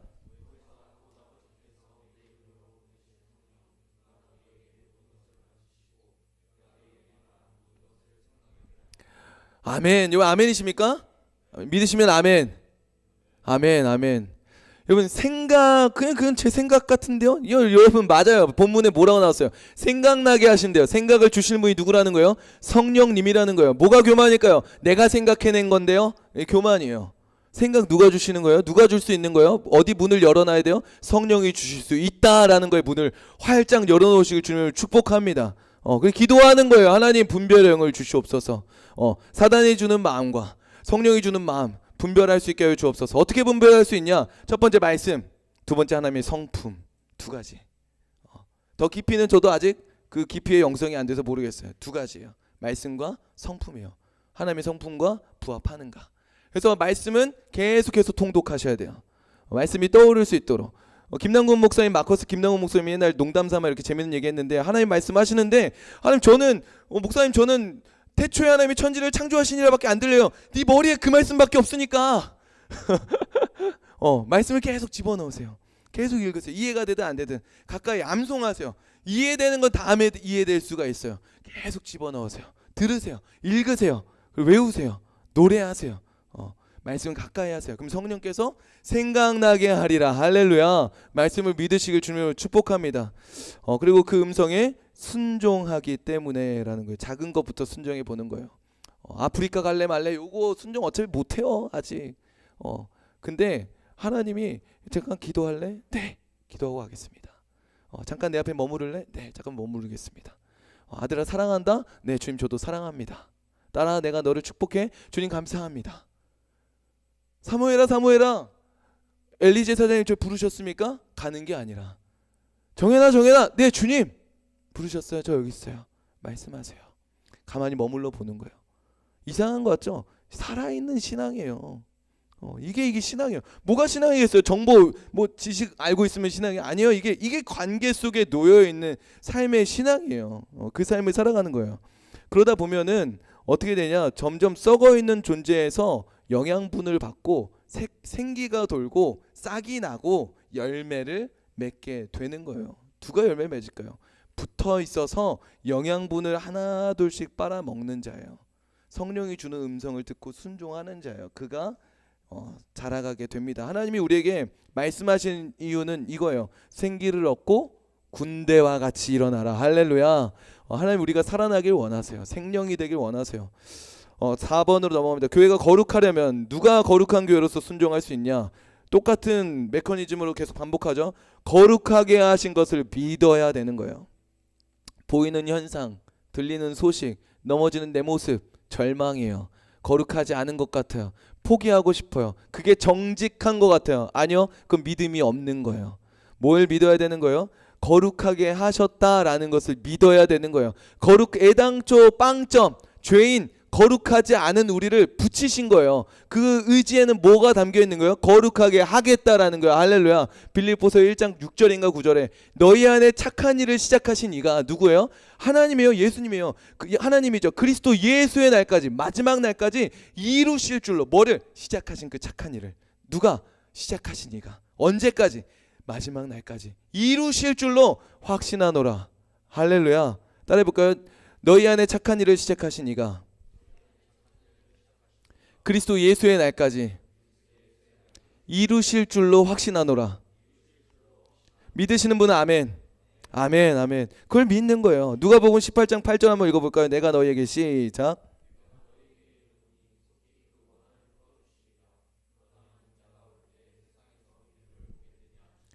마지막 때가 올수록 믿음을 보기 어려워진다고 합니다. 왜? 끊임없이 무너지는 이야기들이 나올 거예요.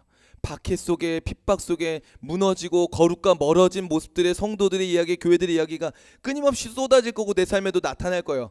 그러나 여러분 열처녀 비유 기억하세요? 누가 그 신랑의 잔치에 참여하게 되죠?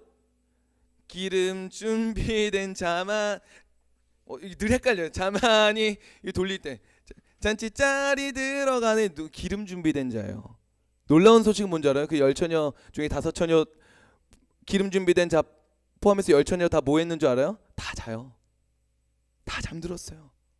깨어 있어서 들어간 게 아니에요. 이해가 되세요? 다 잠들었어요. 근데 누가 들어간 거예요? 신랑이 오신다는 파수꾼의 소리를 듣고 깼을 때 기름이 준비되었기에 들어간 거야. 할렐루야. 믿음이 준비되어 있어야 돼요. 지금 우리가 보는 현실 속에 무너지는 이야기 속에 좌절될 만한 것들 속에 포기해버리고 떠나버리면 믿음을 포기하는 거예요. 그러면 끝나는 거예요. 그러나 끝난 것 같은 순간에 믿음을 포기하지 않으면 끝난 거예요? 끝나지 않은 거예요? 끝나지 않은 거예요. 마지막 때에 인자가 믿음을 보겠느냐? 찾으시는 거예요. 이 믿는 자를 찾고 계시는 거예요. 현상을 보는 게 아니라 내 모습을 보는 게 아니라 하나님을 보는 자, 할렐루야. 그 믿는 자를 하나님이 찾고 계신다는 거예요.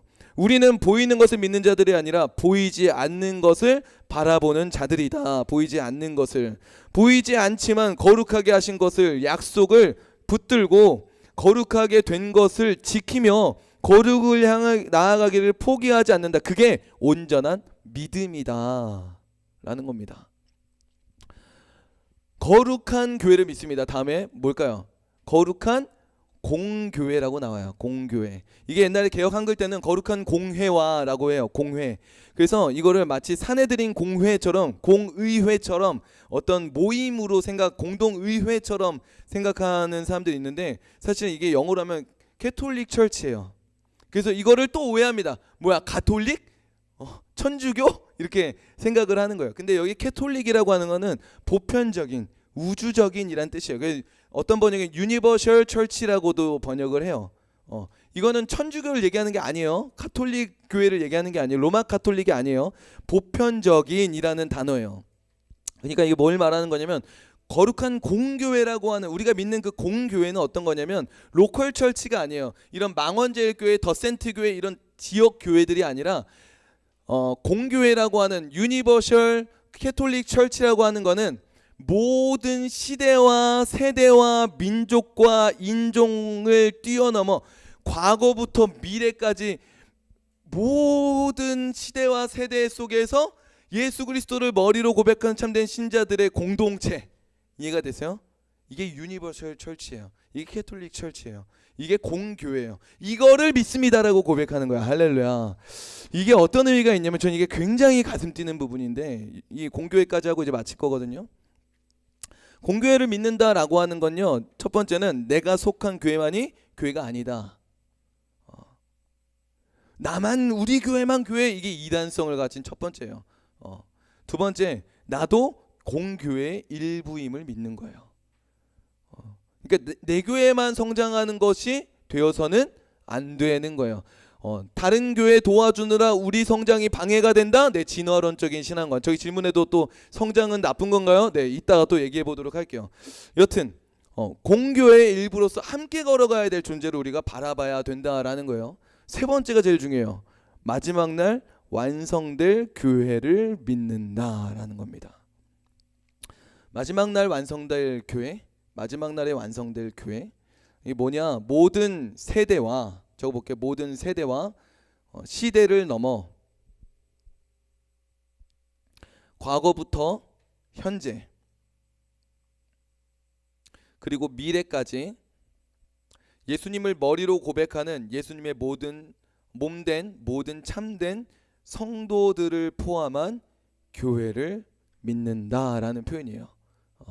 그러니까 과거부터 존재했던 그 교회가 하나의 교회로서 미래까지 바라보고 있는 그것을 고백하는 거예요. 아직 믿지 않고 있는, 앞으로 믿게 될 사람들까지 포함해서 공교회라고 이야기를 하는 겁니다. 넘겨볼게요.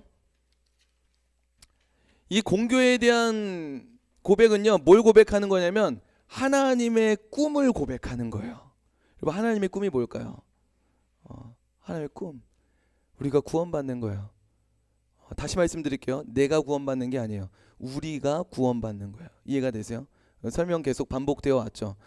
요한계시록 7장 9절에서 12절 우리 같이 큰 목소리로 합독하여 읽어보도록 하겠습니다. 2일 후에 시작.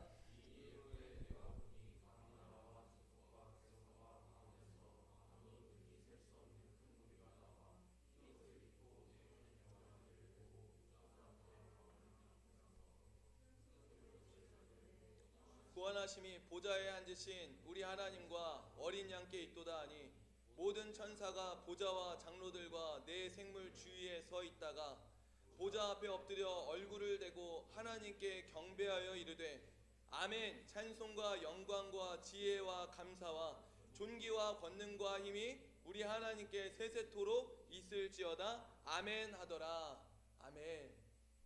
이게 뭐냐면 마지막 때에 완성될 예배의 모습이에요. 하나님의 꿈이 이거예요. 제가 개척할 때 동두천에 가서 기도했어요. 하나님, 저는 한 사람이면 돼요. 그 한 명만 구원하면 돼요. 하나님, 저 그 한 사람을 위해서 모든 걸 바치겠습니다. 근데 제 마음에 그 불편한 마음으로 이런 생각이 드는 거예요. 아니, 뭐지? 하나님, 저 한 사람만이면 돼요. 욕심 부리지 않을게요. 아니, 뭐지? 그러고 나서 모르겠어요.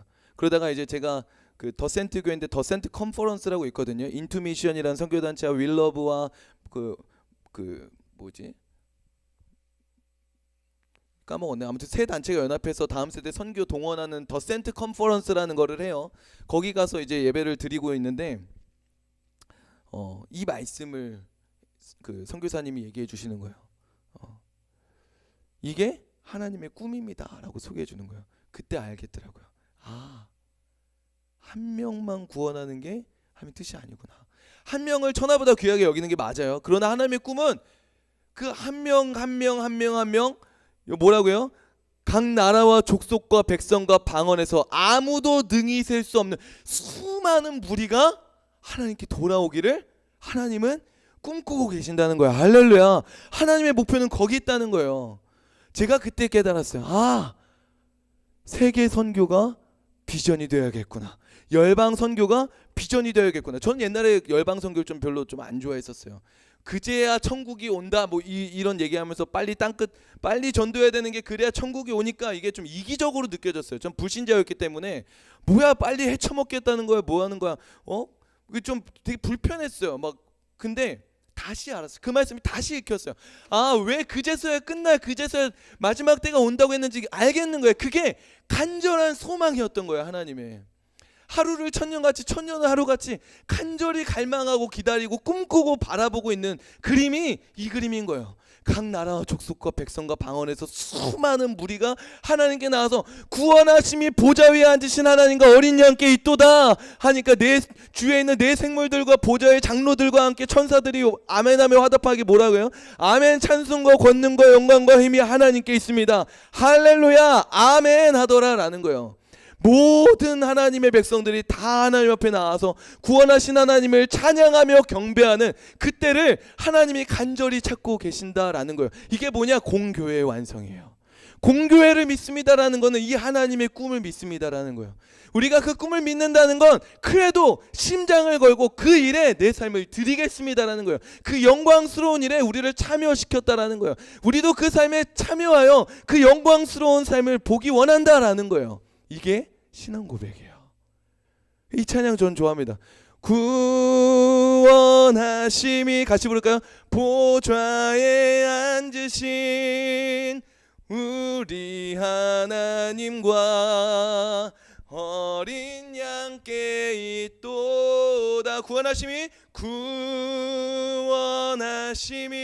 보좌에 앉으신 우리 하나님과 어린 양께 한 번 더 고백할 때 상상하며 고백합시다. 구원하심이 보좌 위에 앉으신 구원하심이 보좌에 앉으신 우리 하나님과 어린 양께 있도다. 구원하심이 보좌에 앉으신 우리 하나님과 어린 양께 있도다. 또 그 찬양도 있죠. 물이 바다 덮음같이 여호와의 영광을 인정하는 것이 온 세상 가득하리라. 아멘. 물이 바다 덮음같이 물이 바다 덮음같이 물이 바다 덮음같이 모든 영광과 존귀와 능력 받으소서 받으소서 받으소서. 모든 영광과 존귀와 능력 받으소서. 주님 받으소서. 그리스도 살아계신 하나님.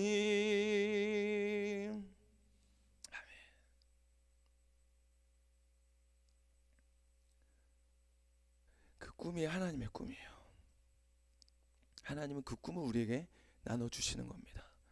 우리가 무엇을 위해 살아가야 되냐? 아버지와의 관계 속에, 아버지와의 친밀함 속에 아버지를 기뻐하고 아버지의 칭찬을 듣고 아버지의 꿈에 동참하는 거예요. 그럼 우린 무엇을 꿈꿔야 되는 거예요? 각 나라와 족속과 백성과 방언에서 아무도 등이 셀 수 없는 수많은 하나님의 자녀들이 다시 주님께 돌아와 하나님을 구원하신 하나님을 찬양하게 될 그날을 우리도 함께 꿈꾸며 기대해야 되는 거예요. 여러분들이 열방을 놓고 기도하다 보면, 열방을 위해 중보하다 보면 특별히 마음이 가는 영혼들과 나라들이 있을 거예요. 그 나라들을 품고 기도하세요. 그 나라에 가서 지불하고 그 땅을 밟아보세요. 그곳에 사역하신 선교사님들 이야기를 들어보세요. 그리고 그 땅을 위해 계속 기도하시는 거예요. 그렇게 모여서 우리가 뭘 하는 거예요? 공교회를 꿈꾸는 거예요. 사도신경에서 우리가 고백할 때, 공교회를 고백할 때 가슴 벅찬 설렘과 기대와 꿈이 여러분들이 일어나길 소망하고 축복합니다. 아멘. 아멘. 여기까지 하고요. 잠깐 교제하는 시간 40분까지 갖고 45분부터 이제 Q&A 준비해서 시작하도록 하겠습니다. 네, 수고하셨습니다.